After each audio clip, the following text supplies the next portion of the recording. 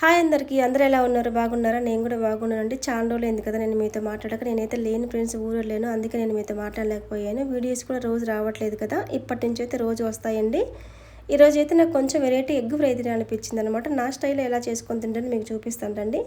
నేనైతే ఒక 6 గుడ్లు తీసుకొని శుభ్రంగా ఉడకబెట్టుకొని పొట్టు తీసేసి ఘాట్లు పెట్టుకొని పక్కన పెట్టుకున్నాను.